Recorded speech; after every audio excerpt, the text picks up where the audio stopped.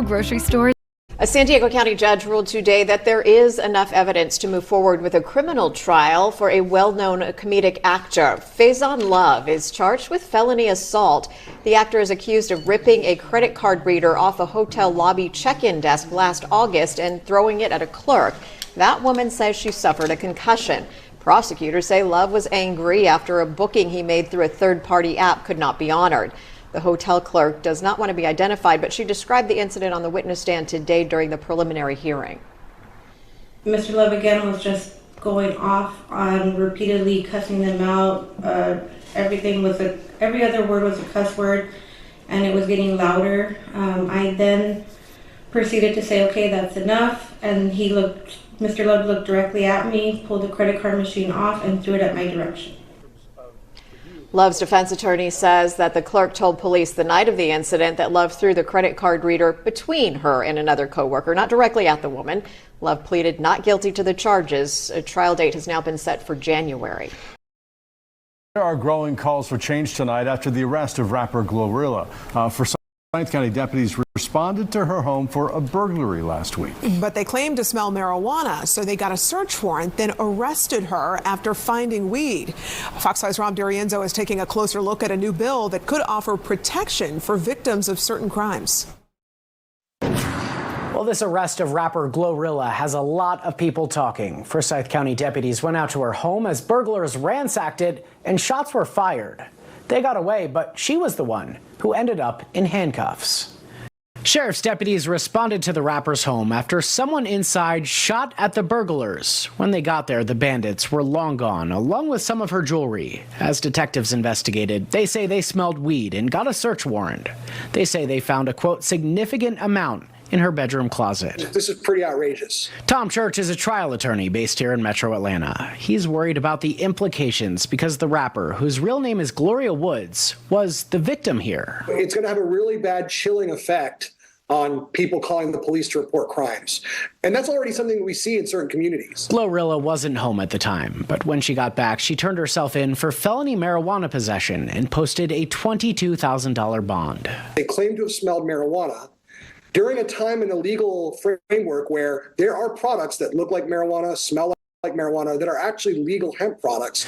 The sheriff says he's committed to catching those burglars, but, quote, at the same time, we must continue to uphold and enforce the law in all aspects of this case. How dare do we criminalize a victim when they're seeking for help? State Representative Eric Bell has called for the charges to be dropped. He co-sponsored a bipartisan bill that would allow the victims of some crimes to avoid arrest in certain circumstances. If we passed HB 464 into law last year in Georgia, when she would have made that phone call, she wouldn't have been arrested. There's probably some more things we need to flesh out, because you don't want to stop the police from acting on the dead body they find in the basement, right? That's not what we're going after. What we're going after is making sure a situation like this doesn't happen again.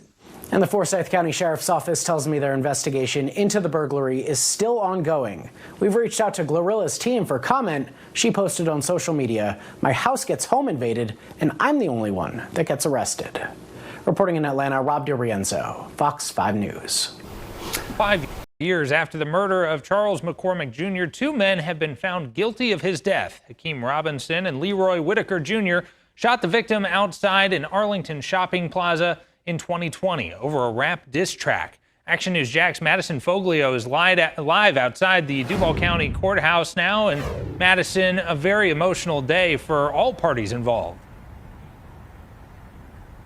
Yeah, Hakeem Robinson's family did not want to speak with anyone after the verdict was read, but I did have a chance to speak with Leroy Whitaker Sr., Leroy Whitaker Jr.'s father, and he told me the moment he heard the guilty verdict, he was speechless. State of Florida versus Hakeem Robinson verdict as to count 1. We, the jury, found the defendant guilty of first-degree murder. These are the moments 2 men learned their fate in the trial of the 2020 murder of Charles McCormick Jr. Hakeem Robinson and Leroy Whitaker Jr. were both found guilty of first-degree murder in McCormick's death. Whitaker was also found guilty of burglary with assault or battery. Both men are alleged to be a part of the ATK gang. Investigators believe Robinson and Whitaker wanted to kill McCormick because of a rap song he made dissing Willie Addison, who is also Hakeem Robinson's half-brother.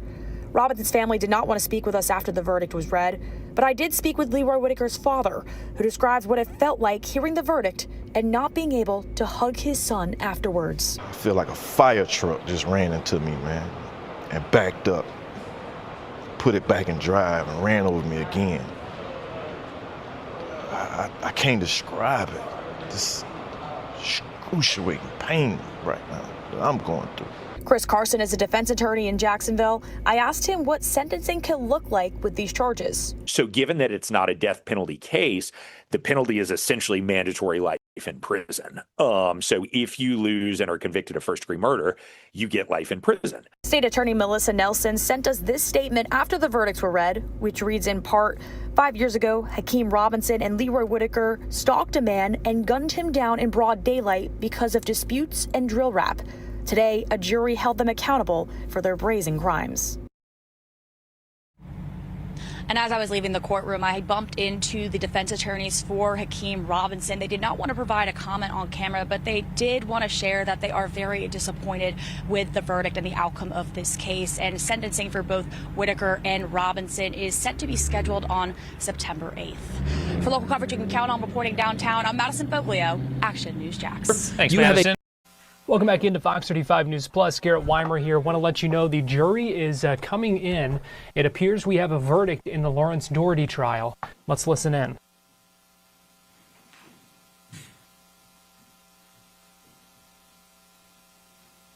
All right, go ahead and have a seat. State recognize the presence of the jury? Yes, Your Honor. Defense recognize the presence of the jury? Yes, Your Honor. All right, has the jury reached a unanimous verdict? All right, if you'll go ahead and hand the verdict forms to the court deputy for me.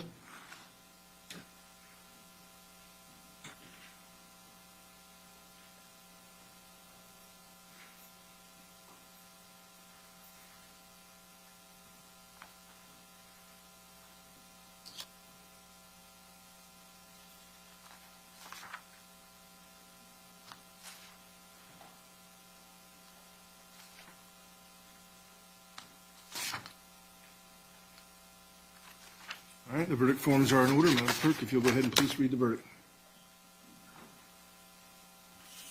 In the Circuit Court of the Ninth Judicial Circuit, NM4, Orange County, Florida, the state of Florida versus Lawrence Doherty, case number 2022, CF 5250. Verdict as to count 1. We, the jury, find the defendant guilty of second-degree murder as charged in the information. So say we all, dated at Orlando, Orange County, Florida, on this 30th day of July. Full person. Special finding as to count 1. If you found the defendant guilty of second-degree murder, you must then answer the following question. We, the jury, find that the defendant did, during the commission of the crime, actually possess a firearm. So say we all, this 30th day of July, 2025, at Orlando, Orange County, Florida, sign the foreperson. Special finding as to count 1. If you found the defendant guilty of second-degree murder, you must then answer the following question. We, the jury, find that the defendant did, during the commission of the crime, discharge a firearm. So say we all, this 30th day of July, 2025, at Orlando, Orange County, Florida, sign the foreperson. Special finding, if you found the defendant guilty of second-degree murder, you must then answer the following question. We, the jury, find that the defendant did, during the commission of the crime, due to the discharge of a firearm, cause the death to Adrian D'Angelo Payne. Special finding, if you found the defendant guilty of second-degree murder or manslaughter, lesser included crime, you must then answer the following question. We, the jury, find that during the commission of the crime, a firearm was personally carried, displayed, used, threatened to be used, or attempted to be used. So say we all, this 30th day of July, 2025, at Orlando, Orange County, Florida, sign the foreperson. Either party wish to have the jury polled? The state does not. Defense does, Your Honor. Madam Clerk, if you'll poll the jurors for me, please.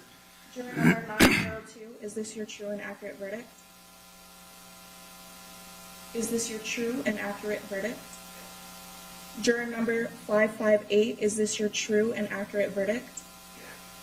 Juror number 206, is this your true and accurate verdict? Juror number 4217, is this your true and accurate verdict?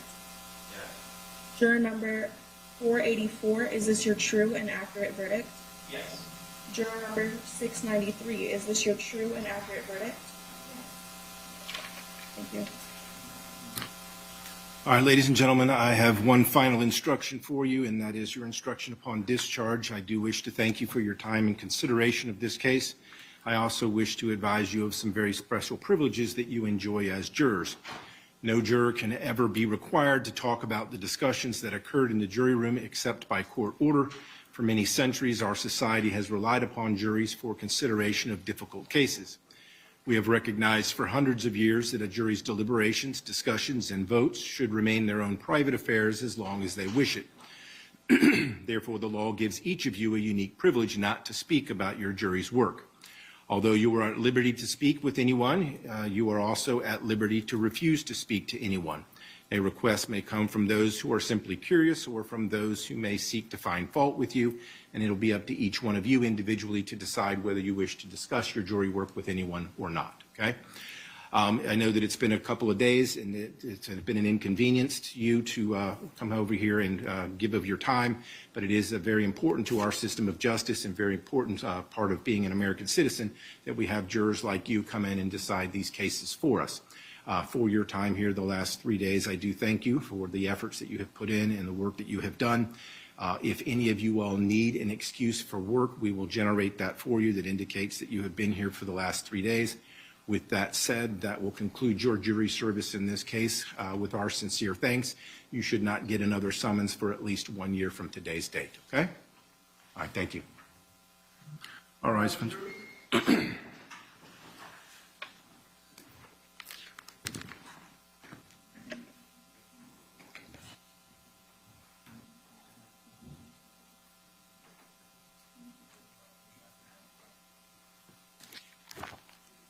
All right, have a seat.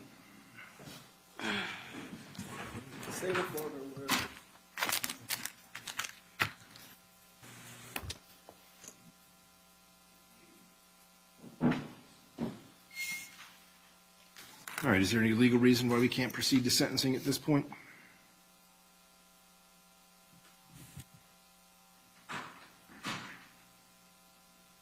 Your Honor, I don't know if the defense is asking for a PSI or asking for something.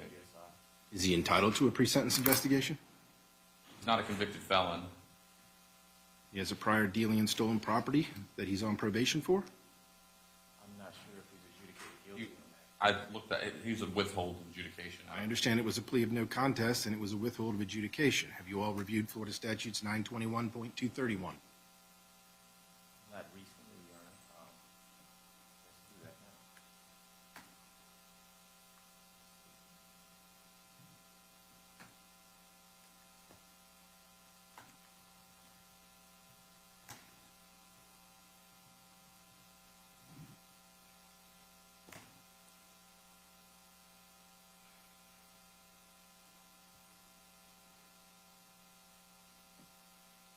Nine 21.31 subsection 1 with respect to pre-sentence investigation reports says that any circuit court of the state when the defendant in a criminal case has been found guilty or has entered a plea of nolo contendere or guilty, so a nolo plea previously would count as a conviction, may refer the case to a Department of Corrections for a pre-sentence investigation. So a nolo plea previously doesn't entitle him to a pre-sentence investigation. The state objection to their request? I don't have an objection, Your Honor. It's in your discretion.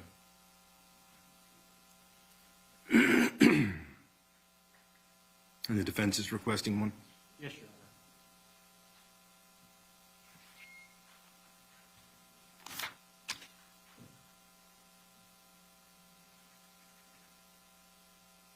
What I'll do is I'll go ahead and request the PSI so I can get some additional information. How much time do they normally take for those 30 days? 30 days.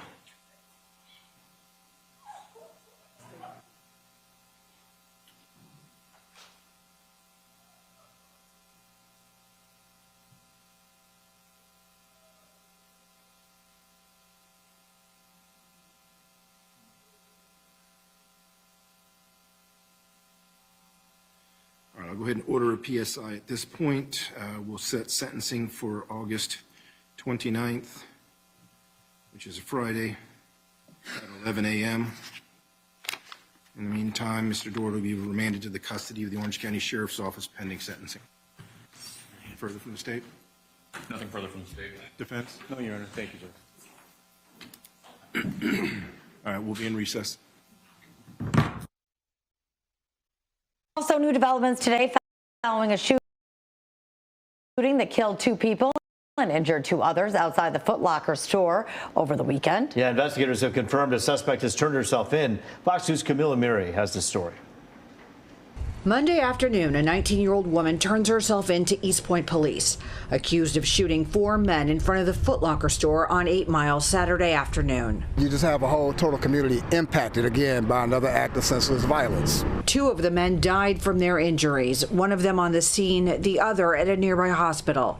Investigators say the violence started out as a disagreement between 2 groups of people who knew each other, a fistfight, and then gunshots. We are lucky that no innocent bystanders got hit by a stray bullet.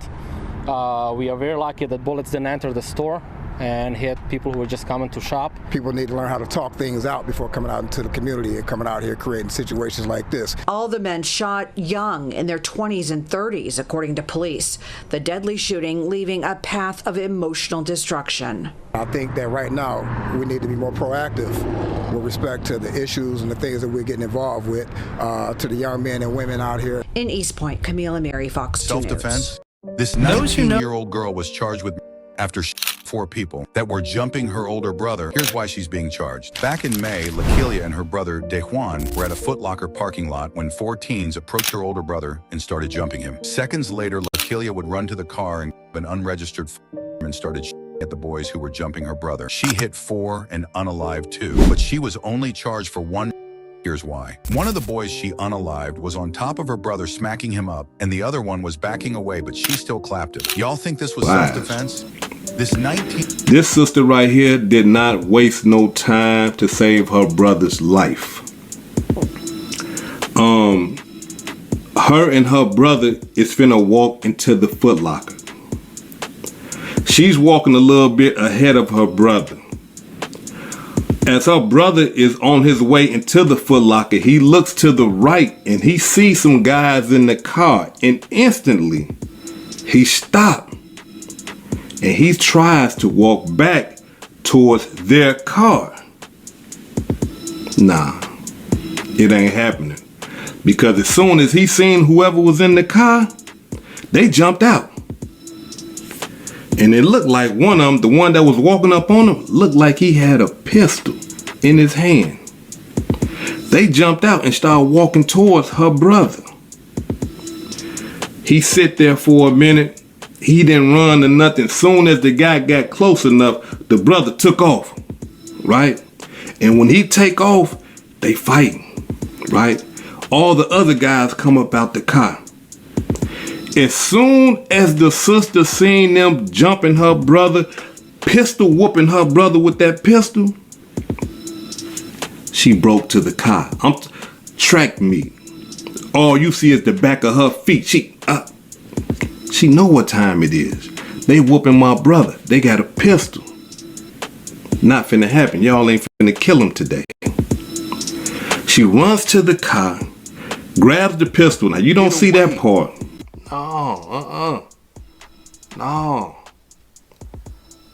The guy that fell on her brother must have died instantly, because now she got the gun in this hand, and with her left hand, she's grabbing her brother trying to get him up.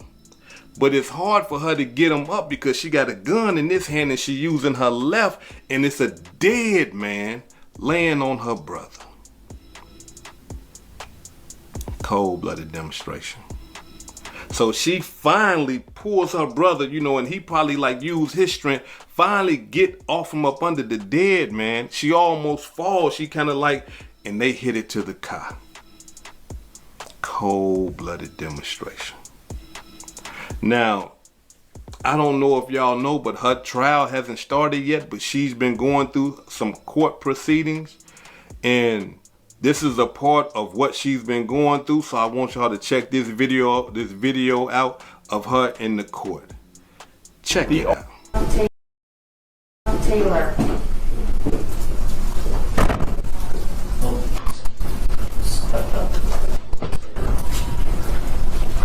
Trying to get this computer to stop beeping.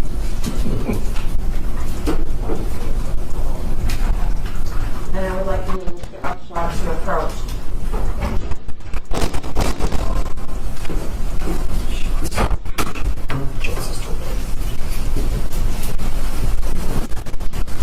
Mr. Upshaw, stay the clock.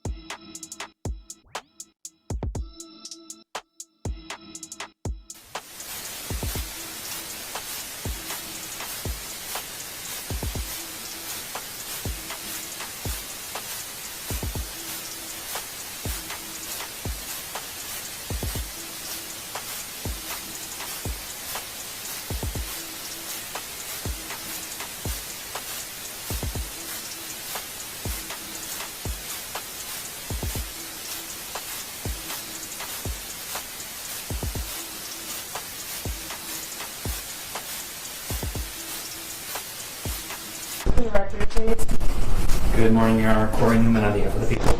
And Randall Upshaw on behalf of Ms. Taylor. State your name, Ms. Taylor. LaKyla Taylor. Ma'am, rise. Your name, please? LaKyla Sheila Taylor. Very good. And you're here today for a date certain preliminary examination. This was a special date that was set by the court. The court is in receipt of a motion to adjourn preliminary examination. The court has already made a record as to co-defendant Juan Taylor. The preliminary examination was to be held jointly. The record should reflect that the motion to adjourn preliminary examination indicated that the complaining witness, Juan Morris Turner, an essential witness at the time, had surgery yesterday morning for the injuries result of the shooting and was unavailable due to bed rest and pain medication while recovering. Further, the medical examiner's report filing has been prepared. I want to make sure defense counsel has an opportunity. A man that was shot outside an East Point Foot Locker is now facing charges. 21-year-old DeJuan Taylor faces tampering with evidence and gun charges. The shooting happened May 3rd at the Foot Locker on East 8 Mile near Kelly at the Detroit East Point border. Police say Taylor and his 19-year-old sister got into some sort of fight with another group. They say Taylor's sister went to get her gun when her brother was getting jumped and started shooting. 2 people died and another was hurt. Investigators say Taylor picked up his sister's gun and took off from the scene. Taylor's bond is set at $250,000 and he must wear a GPS tether, if released. Topping our news at 5:30, a 21-year-old man from Detroit now facing serious charges in connection with a quadruple shooting over the weekend. The alleged shooter, his 19-year-old sister, turned herself in yesterday and is due in court tomorrow. Thank you for staying with us. I'm Mike Duffy. And I'm Glenda Lewis. Today's 7 News Detroit reporter Faraz Javid speaking to family members as they honor their loved ones' memories. A baseball fan, Stephen Garden Jr., was known as Little Steve among his friends and family. On May 17, he would have turned 19 years old. He was out there shopping for his birthday. Is that correct? Yes. But Stephen Garden says his son, Little Steve's life was cut short this past Saturday around 3 p.m. at the Foot Locker parking lot in East Point. Got a call from my daughter.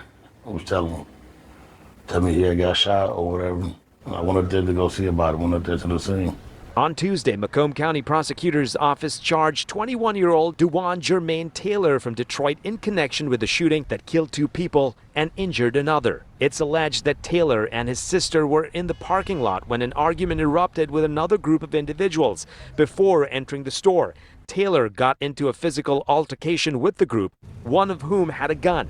Seeing Taylor overpowered, his 19-year-old sister ran back to get her gun and then allegedly fired upon the group, killing 2 and injuring 1 from the group, as well as injuring Taylor. I had nothing to do with him. Little Steve came from North Carolina to visit his dad and extended family. This Monday, the 18-year-old was going to meet his aunt, Anthonyta Johnson, to share his plans to move back to Detroit. You also received little Steve's urn today. Yes, I did.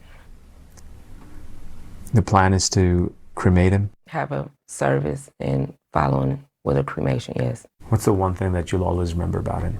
His laugh and the way he sounded like me. You weren't hard to get along with. I don't know. That was my baby. I potty trained him. But you're also praying for another family member. Yes, my other nephew as well. What's his name? Poppy. Poppy is one of the 2 injured during the shooting. Antonita says the 24-year-old is in stable condition, but has a long road of recovery ahead of him. Meanwhile, East Point police say the 19-year-old alleged shooter turned herself in Monday in the presence of her attorney. When you heard that news, has it given you some sort of comfort? A little bit. Not at peace, but I feel a little bit better. What kind of questions are running through your mind right now? I want to know what she was thinking once it was done. Do she feel remorseful? Now, the police expects the 19-year-old alleged shooter to be arraigned Wednesday. Meanwhile, a $250,000 bond has been set for her brother Taylor, who faces 4 felony counts, and he's back in court on May 20th. In East Point, I'm Faraz Javed, 7 News Detroit. Thank you. Welcome back to Live Now from Fox. Continuing with your top stories and headlines, we now head to the Sunshine State of Florida. Happening today, 2 teens who were involved in the triple murder of 3 other teens in Marion County will be sentenced. Detectives say the 3 teens were all involved in low-level gang activity. The triple murder happening back in 2023. We want to check in now with Fox 35 Orlando's Amanda McKenzie. She joins us live from the Marion County Courthouse. Amanda, good morning. We're learning 1 teen was sentenced yesterday. That's right, and the judge said in his 35-year career that he had never seen a 12-year-old charged with homicide. Christopher Atkins was sentenced yesterday. He's now 15 years old and was given the minimum sentence after pleading guilty. He will spend the next 40 years in jail, convicted of homicide, armed robbery, tampering with evidence, and a separate battery committed while in jail. The teen spoke in court right before he was sentenced. I think like it's just y'all think I'm bad. I'm not. I promise you I'm not. I promise you give me another chance. I promise you gonna see what I'm talking about. Like I promise you. I bet you gonna see me on that TV doing good. Families of the 3 victims, Layla Silvernail, Camille Quarles, and Michael Hodo, were all in the courtroom, all crying, cursing, and asking for the maximum penalty for Christopher Atkins, who was 12 years old when he shot and killed 16-year-old Camille Quarles. The triple murder happened on March 30th, 2023, when 6 kids were riding in a car together. There was an alleged plan to rob a 16-year-old at gunpoint. Atkins says Taj Bruton, for reasons that are not clear, shot Michael Hodo. Then Robert Robinson shot Layla Silvernail, which led to her car crashing. When they got out, Atkins says Robertson threatened to kill him and his family if he didn't shoot Camille Quarles. He did, and then says Robertson shot her and again in killing her. Atkins has a month to appeal his 40-year sentence. As for the other 2 teens that are co-defendants in this case, Bruton is scheduled to be sentenced today at 9 a.m. and Robinson at 1:30 p.m. Reporting live from the Marion County Courthouse, Amanda McKenzie, back to you. All right, Amanda, thank you so much. Welcome back into Fox 35 News Plus. Want to get you back inside the courtroom in Marion County where the sentencing hearing for Taj Bruton is underway. That's his defense attorney speaking now. We just heard from prosecutors arguing why they believe he should be sentenced to life in prison. Let's go ahead and listen in to his defense attorney. As Dr. Cropper's indicated, and the nature of these crimes, and like I said, there's nothing good about these crimes. But we still have to look to the mitigation, and the mitigation that is applied in these cases is what Dr. Crawford indicated, because of the diminished ability of the juvenile brain to function as an adult brain. They're given special dispensation based on the studies of the law. So we're requesting that the court take cognizance of the case law, the facts, the studies, the testimony of Dr. Kropp, and the fact that my client did accept responsibility. He did follow the plea deal. He did make the proffer. He did help the state, and got us to this point today. We're requesting that the court sentence Mr. Bruton to the same sentence as Mr. Atkins to keep consistency in the sentencing for the same crimes. And Judge, just briefly, in fairness, it is true he did enter a plea. I would note he gave a proffer, although frankly it's inconsistent with the evidence. But he does not stand before you in the same position as Christopher Atkins, because Mr. Atkins was only convicted of one first-degree murder, and to suggest that this defendant deserves the same sentence would almost suggest that he gets 2 free murders, because one person who's a juvenile commits a murder and gets 40 years. So we're going to give someone who's convicted of 3 murders the same sentence. That they don't stand on the same. They're not the same. They're not the same defendant. You have to treat them differently because they are in fact different. The facts are different. Circumstances are different. Their ages are different. Their behaviors are different. Their criminal histories are different. Everything about this case is different, and life is an appropriate sentence because of the dangerous actions that he committed. All right. And Judge, in response to that, of course, Mr. Atkins got the benefit of the state attorney saying, we'll choose you, and that's the only difference.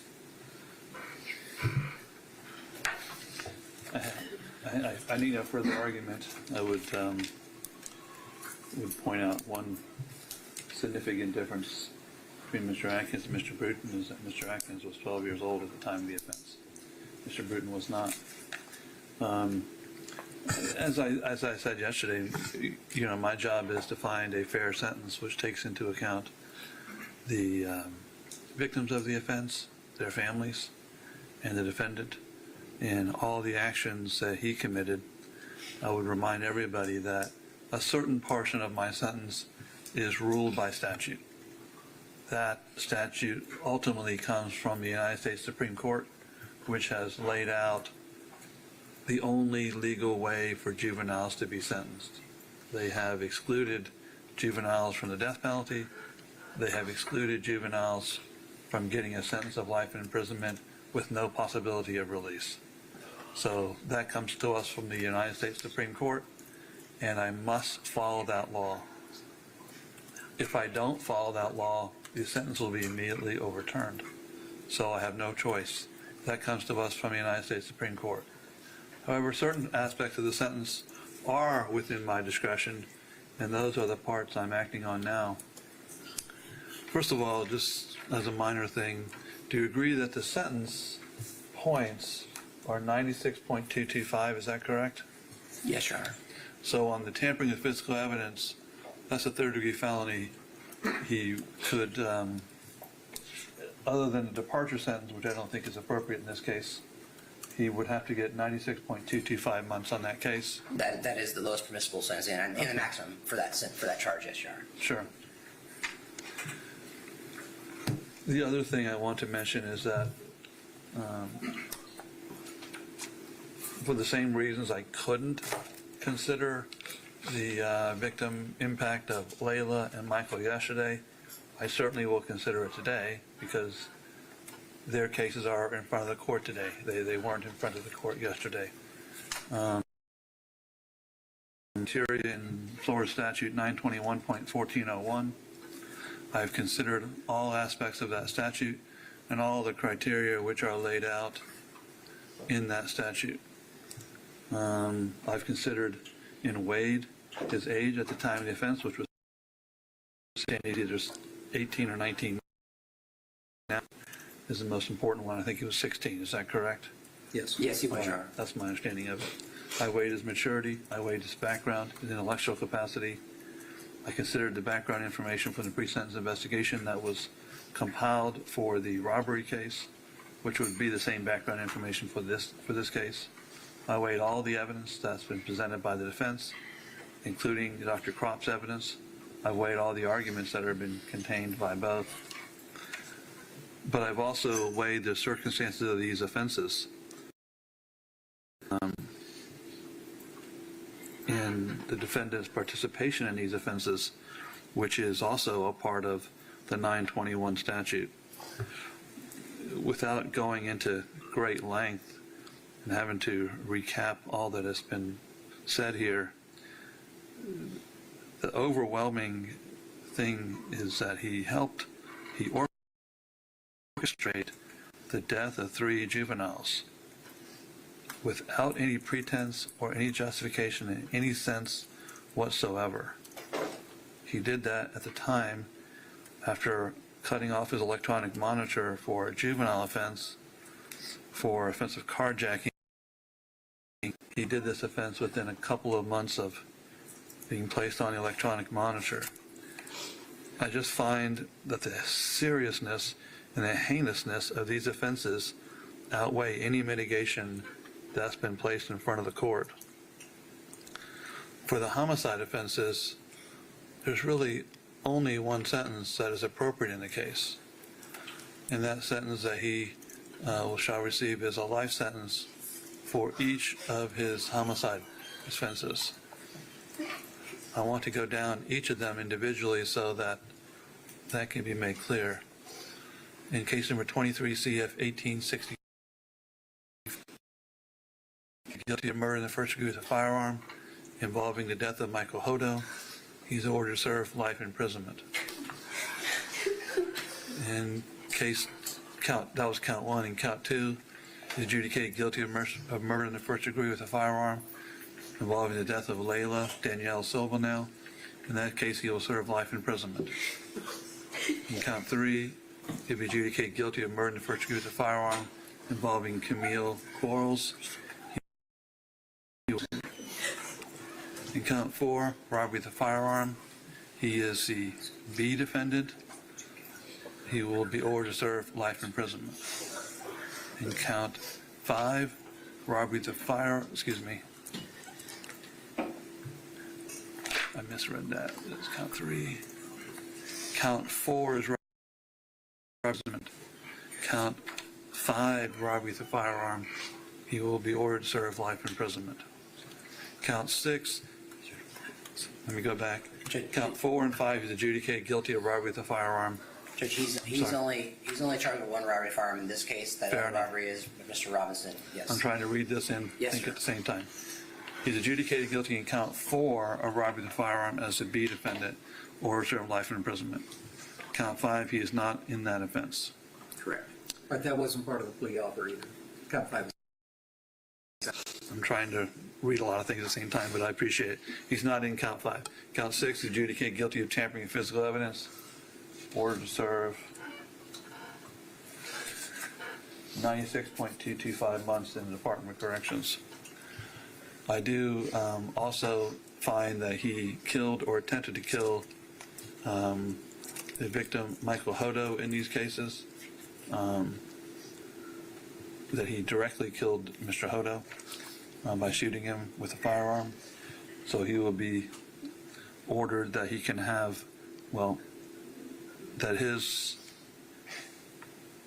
date for a review will be after 25 years from the date of the offense, or the date of the arrest, I should say. I think it would go by date of arrest. Is that correct? Or by date of conviction?